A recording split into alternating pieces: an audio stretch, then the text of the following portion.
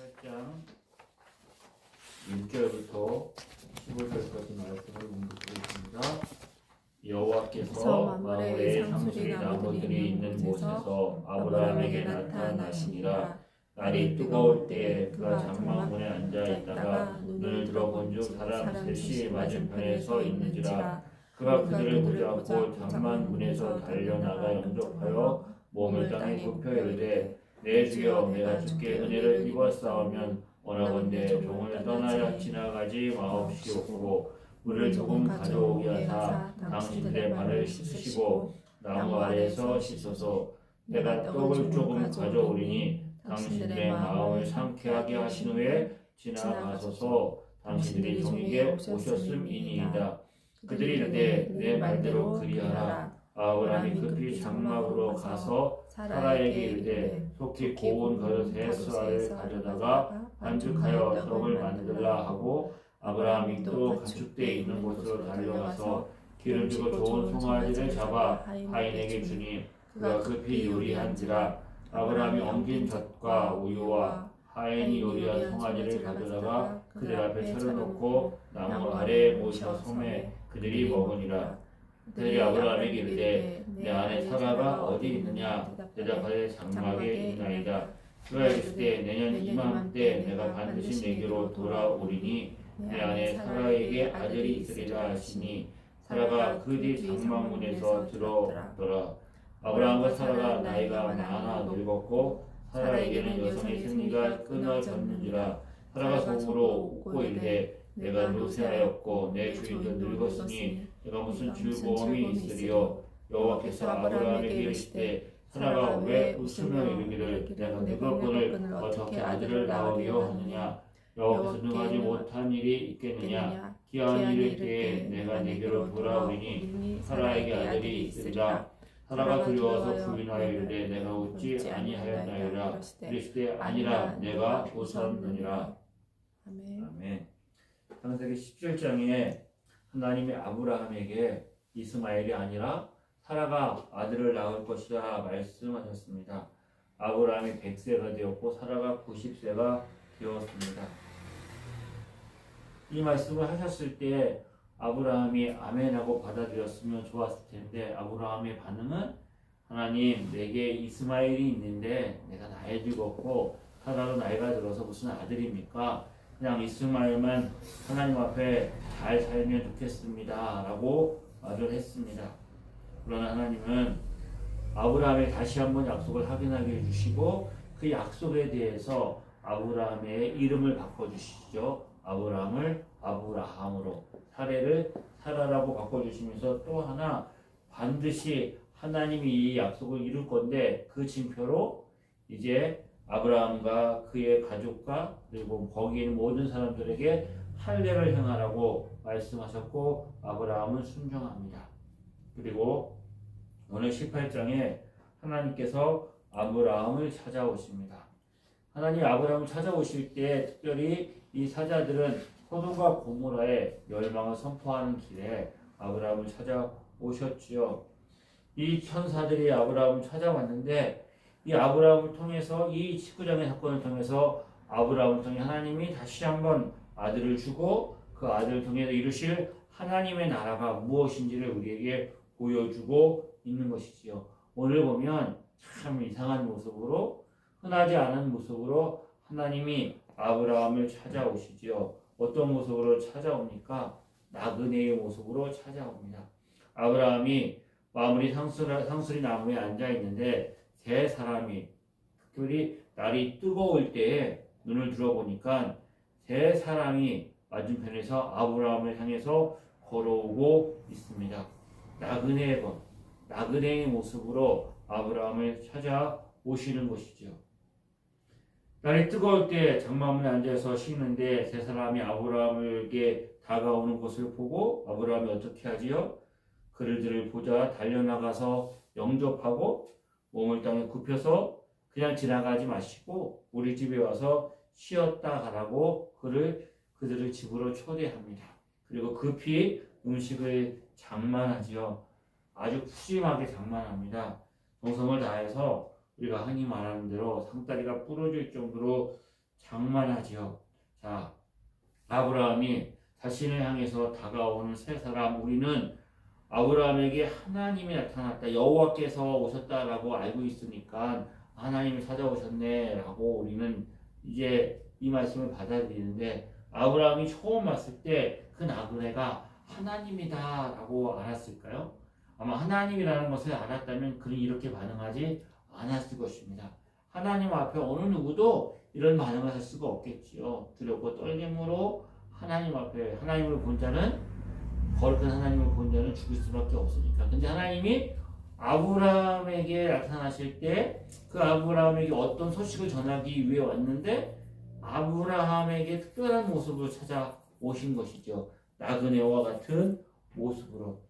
그가 하나님인지 몰랐지만 지나가는 나그네였고 새 사람이었고 또 보통 평범한 사람이 아니었다는 것을 알았겠지요. 그래서 그를 집으로 초대합니다. 그리고 그를 향해서 자신을 종이라고 표현합니다.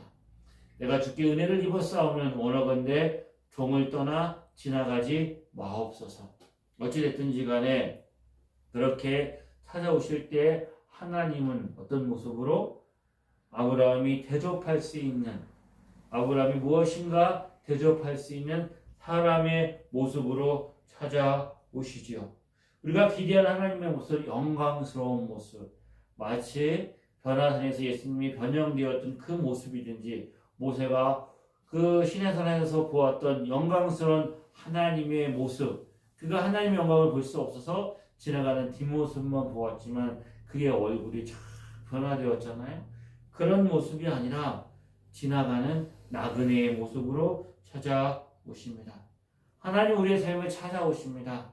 하나님 우리 가운데 말씀하시고 은혜를 주시기 위해서 하나님이 찾아오십니다. 우리에게 소망이 있다면 하나님이 우리의 삶에 간섭하시고 다녀오시고 찾아오시는 것이죠. 그런데 어떤 모습으로 하나님 우리에게 찾아오십니까? 꿈속에서, 환상 속에서 어떤 영광스러운 모습으로 우리 하나님을 만나고 하나님을 경험할 것을 기대하지요. 그런 모습으로 하나님을 우리가 한 번이라도 경험한다면 우리의 삶은 정말 달라질 것입니다. 하지만 대부분 은혜 받은 사람들, 우리 주변에 하나님의 은혜를 경험한 사람들, 하나님의 사랑을 경험한 사람들, 하나님을 그들이 만났던 경험들을 보면 그런 모습이 아니라 특별히 자신이 연약했을 때, 실패했을 때, 아니 자신의 삶에 어떤 병으로 인하여서 고통당했을 때 찾아오시는 하나님을 만나고 경험하게 되는 것이죠. 그때도 하나님은 어떻게 찾아오십니까? 우리 가운데 우리 주변에 있는 나그네와 같은, 당시에 성경의 율법에도 나그네와 고아와 가부를 잘 대접하라고 하나님 말씀하셨지요. 왜요? 집을 떠나 여행하는 나그네는, 그 나그네의 삶은 무엇이든지 그들은 부족한 것밖에 없어요. 왜요? 다 가지고 올 수 없으니까. 준비해온 것도 떨어지고 있으니까 누군가의 도움을 받지 않으면 그 나그네의 길을 끝까지 갈 수가 없는 것이지요. 이것처럼 우리 가운데 연약한 자들, 소외된 자들, 무엇인가 도움이 필요한 자들, 어떻게 보면 가난한 자의 모습으로 주 하나님은 우리를 찾아오시지요. 그래서 예수님이 이렇게 말씀하십니다. 내가 진실을 너희에게 이르노니 너희가 여기 내 형제 중 지극히 작은 자 하나에게 한 것이 곧 나에게 한 것이다. 임금이 먼 여행 갔다가 돌아왔더니 그리고 계산을 하지요. 그때 그 계산할 때 뭐라고 말합니까? 내가 옥에 갇혔을 때, 내가 연약했을 때, 내가 작은 자였을 때 너희가 나를 도왔다. 언제 우리가 그렇게 했습니까? 지극히 작은 자 하나에게 한 것이 곧 나에게 한 것이다. 소자에게 뭐 하나? 냉수 한 그릇 주는 것이 곧 나에게 한 것이다. 주님 그렇게 말씀하시죠. 그 주님의 은혜가 우리 가운데 있는 것입니다. 그 놀라운 하나님의 은혜와 사랑을 힘입고 우리가 살아가는 것이죠. 히브리서에서 이 성경에 아브라함이 하나님과 천사를 대접했던 장면을 이렇게 해석하죠. 손님 대접하기를 잊지 말라. 이로써 부지 중에 천사들을 대접한 이들이 있느니라. 부지 중에 알지 못하지만 정성을 다해서 대접했더니 그것이 바로 하나님이 주시는 은혜를 받는 통로가 되었다는 것이죠. 누구나 존경받을 수 있는 모습으로 존귀하고 아름다운 모습으로 온다고 하면 그 사람을 다 극진하게 대접할 거예요. 하지만 그렇지 않은 모습들, 나그네로 우리가 사랑해주고 수고하고 무엇인가 우리가 도움을 줘야 되는 모습으로 있는 그 사람을 돕는 것이 뭐라고요? 하나님을 만나고 하나님을 경험하는 은혜라 성경은 이렇게 말씀하고 있는 것이죠. 그 주님 뭐라고 말씀하셨습니까? 인자가 온 것은 섬김을 받으려 함이 아니라 도리어 섬기려 하고 자기 목숨을 아는 사람의 대속물로 주려 함이라. 섬기러 오셨습니다. 섬김을 통해서 내가 이렇게 섬겨주고 잘해주면 보상이 오고 나중에 알아주고 더 많이 채워주겠지라고 기대해서 우리가 섬기는 것이 아니라 흘려보내는 것이죠. 흘려보내면 그것이 돌아서 하나님의 영광이 하나님의 사랑이 흘러 넘쳐가는 것이 하나님 나라의 원리다라고 말씀하고 있는 것이죠. 주님은 자신을 내어주기 위해서 제자들의 발을 씻기셨고 자신의 몸을 십자가에 내어주심으로 우리 온 인류가 우리가 구원받아 하나님의 자녀가 되는 놀라운 하나님의 방법으로 우리 가운데 은혜를 주어 주셨습니다. 섬기려고 하는데 아브라함은 그래도 가질 것이 있고 재산이 있고 뭔가 베풀 수 있는 것이 있었으니까 나그네를 대접했는데 우리는 시간도 없고 물질도 없고 능력도 없고 재능도 없어서 우리가 무엇을 섬길 수 있는 것이 없다라고 말하는데 우리의 삶은 하나님 주신 것들이 얼마나 풍성하고 귀한 것인지를 우리가 알고 기억해야 하는 것이죠. 그냥 냉수한 그릇 준 것으로 냉수한 그릇, 왜 그 사람에게 냉수한 그릇이 필요했기 때문에 냉수한 그릇 아무런 가치가 없는 것이지만 목마른 사람에게 냉수한 그릇보다 귀한 것이 없는 거예요. 우리가 삶을 들이면서 우리가 필요한 말 한마디, 격려 한마디, 우리가 또한 이렇게 나와서 작은 모습이지만 하나님 앞에 나와서 예배하는 이 모습도 우리가 하나님 나라를 시간과 물질로 섬기는 것이기 때문에 이것이 귀한 것이죠. 이렇듯 하나님이 아브라함을 통해서 보여주시는 하나님 나라의 첫 번째 원리는 하나님 나라는 섬김으로 완성된 나라라는 것이죠. 그리고 계속적으로 본문에 말씀하는 것은 무엇입니까? 하나님이 아브라함에게 말씀하시는 거예요. 무엇하러 오셨어요? 대접받으러 오셨을까요? 하나님이 우리 가운데 왜 찾아오실까요? 인정받고 대접받으려고? 아니에요. 하나님 우리 가운데 찾아오시는 이유는 무엇인가 우리를 통해서 하시려는 일들이 있고 하시고 싶은 말씀이 있기 때문인 것이죠. 아브라함에게 말씀하십니다. 하나님 말씀하시면 하나님의 백성들은 어떻게 합니까? 그 말씀에 순종하는 것이죠. 아브라함은 바랄 수 없는 중에 바라고 믿었습니다. 바랄 수 없는 중에 바라고 믿었으니 이는 내 후손이 이가 드리라 하신 말씀대로 많은 민족의 조상이 되게 하려 하심이라. 말씀이 언제 찾아왔다고요? 바랄 수 없는 상황에서, 말씀이 아니면 될 수 없는 상황에서 말씀이 주어진 것이죠.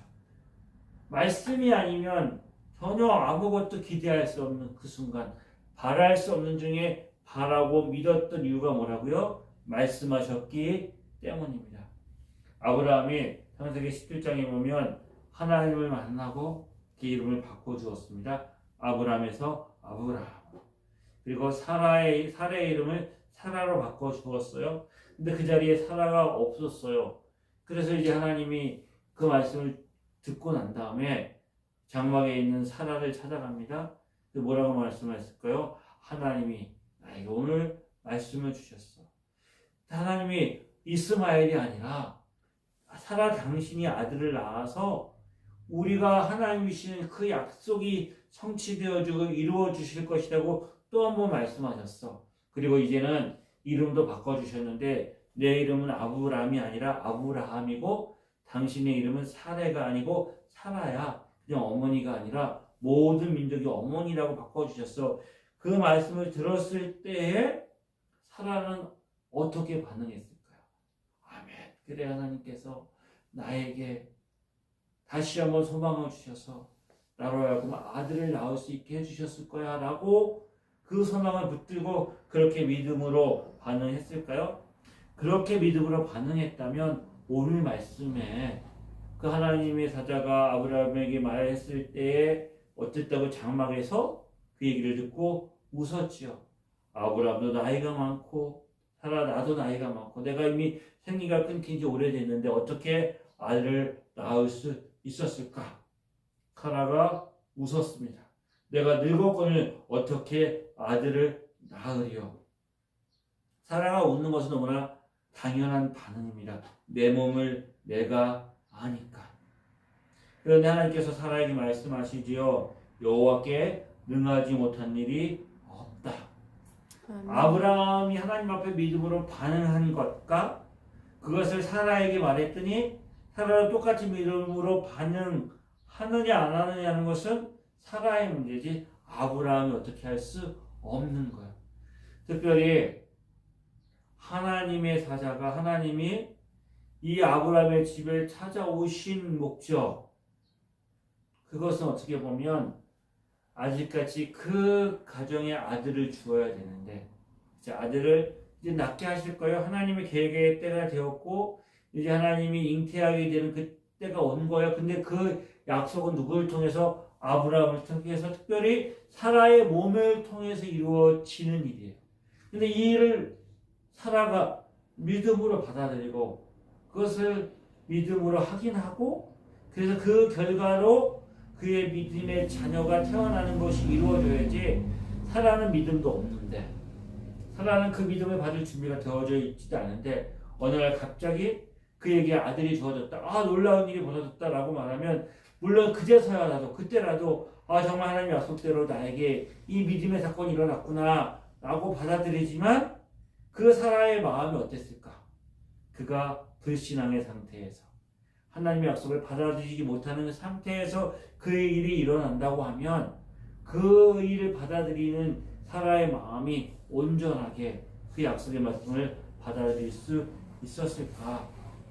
어떻게 보면 아브라함의 집을 방문한 이 목적은 아브라함보다는 사라에게 특별한 은혜를 주셔서 사라 안에 있는 그 불신앙을 치유하시고 그것을 받아들이게 하는, 그래서 두 번이나 말씀하심으로 사라에게 믿음을 주시는 것이, 사라에게 공유를 베풀어 주셔서 그의 불신앙의 상태에 머물러 있지 않고 믿음으로 나아갈 수 있도록 그의 믿음을 치유하시는, 하나님의 말씀으로 그의 삶을 치유하시는 하나님의 은혜를 볼 수 있는 것이죠. 말씀대로 이루어지는 나라. 그 말씀이 주어졌을 때 성령이 우리 가운데 하시는 일이 뭐예요? 말씀을 듣고 깨닫게 하시는 거죠. 성령이 조명을 주셔서 말씀을 듣고 깨닫고 순종하게 하시는 것이죠. 내가 믿음이 없어요. 불안하고 연약하고 두려워한다면 우리가 치유될 수 있는 방법은 하나님의 말씀을 듣는 것이죠. 자, 내년 이맘때 내가 아들을 낳을 것이야 라고 말씀하시고, 내가 웃었지? 아니, 안 웃었는데, 네가 웃었는데 그러면 웃었기 때문에 내가 아들을 낳으면 그의 이름을 이삭이라고 해라. 분명하게 말씀하고 떠나가셨어요. 이 떠나가고 난 다음에 아브라함과 사라는 이 사건을 어떻게 받아들였을까? 내가 100세고 당신은 99세고 이미 생리가 끊어져서 우리의 몸이 늙어서 아이를 낳을 수 없어. 근데 내년 이맘때 하나님이 우리에게 주신 약속이 성취되는 게 하는데 이스마엘이 아니라 사라 당신이 아이를 낳아야 돼. 아이를 낳아야 되는데 그러면 그 아이의 이름도 이삭이라고 지어주셨어. 그러면 사라와 아브라함과 사라가 어떻게 했을까요? 그 약속의 말씀을 붙들고 그 약속의 말씀이 이루어지도록 매일 밤 모여서 기도하고 말씀 다시 한번 기억하고 예배드리고 기도하고 그렇게 했을까요? 물론 그렇게도 했겠죠. 하지만 결정적으로 아이를 낳는 것은, 왜냐하면 사라는 마리아가 아니에요. 남자를 알지 못했던 동정녀 마리아가 아니에요. 예수님의 탄생과 이삭의 탄생은 달라요. 분명히 아브라함과 사라를 통해서 아이를 낳아야 되는 거예요. 그래서 그들이 어떻게 했을까요? 그 말씀을 붙들고 믿었다면 아브라함과 사라가 아이를 낳을 수 있는, 이미 그들의 몸에 태가 죽었다는 것을 확인하지만 이 말씀이 이루어질 거야 라고 하면서 그들이 아이를 낳을 수 있는 그 시도를 분명히 했을 거예요. 그 관계를 통해서 사라의 몸이 변화가 일어나는 것을 그들이 경험을 했겠죠. 그 경험을 통해서 하나님은 아브라함과 사라에게 약속의 자녀를 주시는 것이죠. 말씀하셨으면, 그 말씀이 이루어질 것을 믿었으면 사라와 아브라함이 반응을 했을 거고, 그 반응의 결과로 하나님의 약속이 이루어지는 것이죠. 왜냐하면 하나님의 말씀은 주문이 아니에요. 그냥 뜻모를 말을 반복하면 이루어지는 것이 아니라 하나님의 뜻과 계획을 담겨서 인격적으로 말씀하신 것이고, 그 인격적인 말씀을 믿음으로 받아들여서 반응함으로 열매가 맺어지는 것이에요. 우리의 삶에 하나님의 말씀을 들음으로 깨닫게 되어지는 것. 사라를 찾아오셔서 말씀하심으로 사라 안에 있는 불신앙을 치유하시고 그가 회복되어서 그의 삶에 약속이 성취되어지는 것. 이게 하나님 나라의 원리라면 우리에게도 소망이 있는 것이죠. 그렇게 하시려고 하나님 우리 가운데 말씀하고 있는 거예요. 사라가 하나님의 말씀을 믿지 못하고 하나님의 능력보다는 나의 현실과 상황과 그 형편을 바라보고 있을 때에 하나님 찾아오셔서 다시 한번 말씀 주시고 믿음으로 살아가도록 은혜를 베풀어 주시는 것이지요.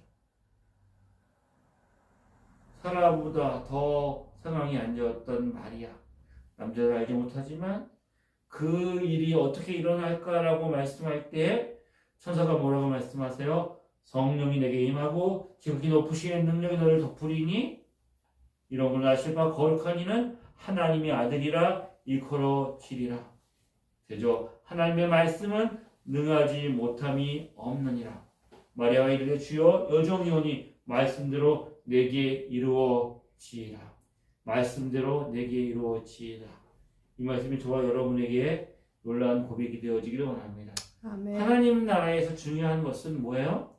아브라함과 사라에게 통해서 주어질 약속이 성취되려면 반드시 이삭이 태어나야 되는 거예요.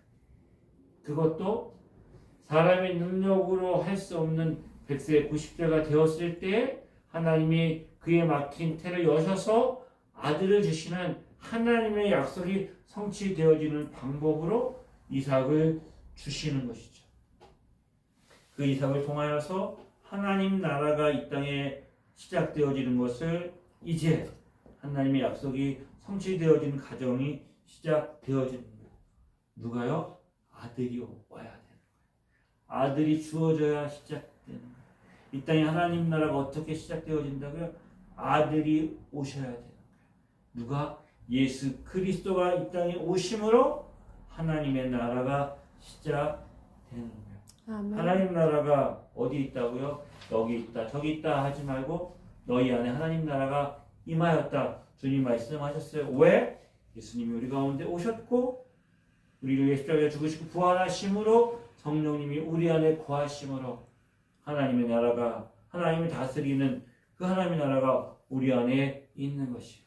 비록 우리의 믿음이 저자치 하나 같다 할지라도 그 안에 생명이 있기에 그게 심겨져서 자랑으로 100배, 60배, 30배 풍성한 열매가 맺어지는 하나님의 나라가 그 소망이 우리에게 있는 것 뭐라고요? 예수님이 오신다. 아브라함과 사라가 이제 그의 가정에 사라가 잉태되었다는 것을 알게 되었어요. 자, 잉태되어서 얼마요? 10개월의 가정이 겹치죠. 10개월의 가정이 지나가면서 이삭이 태어났어요. 그 가정을 통해서 하나님의 놀라운 약속이 성취된 거예요. 그것처럼 예수님이 이 땅에 오심으로 인하여서 우리에게 시작되어진 하나님의 나라, 그 하나님의 나라가 이 땅의 모든 사망과 어두움과 사단의 권세를 이기시고 승리하신 하나님의 나라가 우리에게 주어진 것이에요. 이 일을 통해서 우리에게 믿음을 주시면서 반복적으로 우리에게 말씀하시는 하나님, 어떤 하나님이라고요? 전능하신 하나님, 말씀대로 이루어지리이다. 전능하신 이의 능력이 너에게 임하면, 전능하신 이의 능력이 임하면 우리에게 놀라운 하나님의 역사가 일어나는 것처럼 저와 여러분이 구원받은 하나님의 자녀가 되었고, 그리고 이제 예배 드릴 수 있는 이유도 그냥 운이 좋아서, 아니면 내가 잘해서 이게 아니라 전능하신 하나님의 능력이 우리에게 임해서 거듭난 하나님의 자녀가 된 것이고, 그리고 천국에 대한 소망을 품고 이 땅을 살아가는 것이죠. 아멘. 반복적으로 그 약속하신 말씀, 그가 이르시되, 그 말씀을 보면 내년 이맘때에 내가 반드시 내게로 돌아오리라. 14절을 보면 여호와 앞에서 능하지 못한 일이 있겠느냐? 기한이 이를 때 내가 내게로 돌아오리라. 내가 내게로 돌아오리라. 아멘. 어떻게 돌아오셨어요? 이삭을 주심으로 돌아오신 거예요. 약속이 성취되어짐으로 돌아오신 거예요. 반드시 기한이 이를 때 내가 내게로 돌아오리라. 이 똑같은 약속을 하신 분이 있죠. 내가 다시 돌아오리라. 너희가 본 그대로 돌아오리라.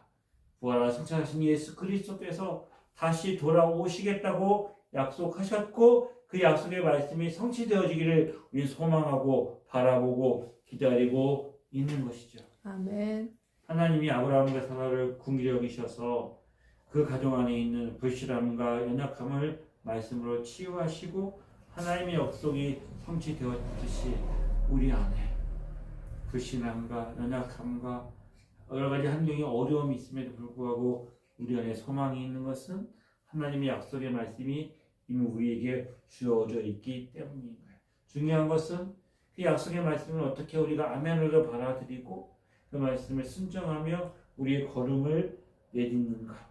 그걸 통해서 우리를 치유하시고 회복시키시고 그 우리의 삶을 통해서 하나님의 나라가 확장되어지고 완성되어질 것들을 우리의 삶을 통해서 이루실 그 소망 바라보고 믿음으로 승리하는 복된 은혜가 저와 여러분의 있기를 주의 이름으로 축복합니다. 아멘. 참 좋으신 하나님 아버지 감사합니다.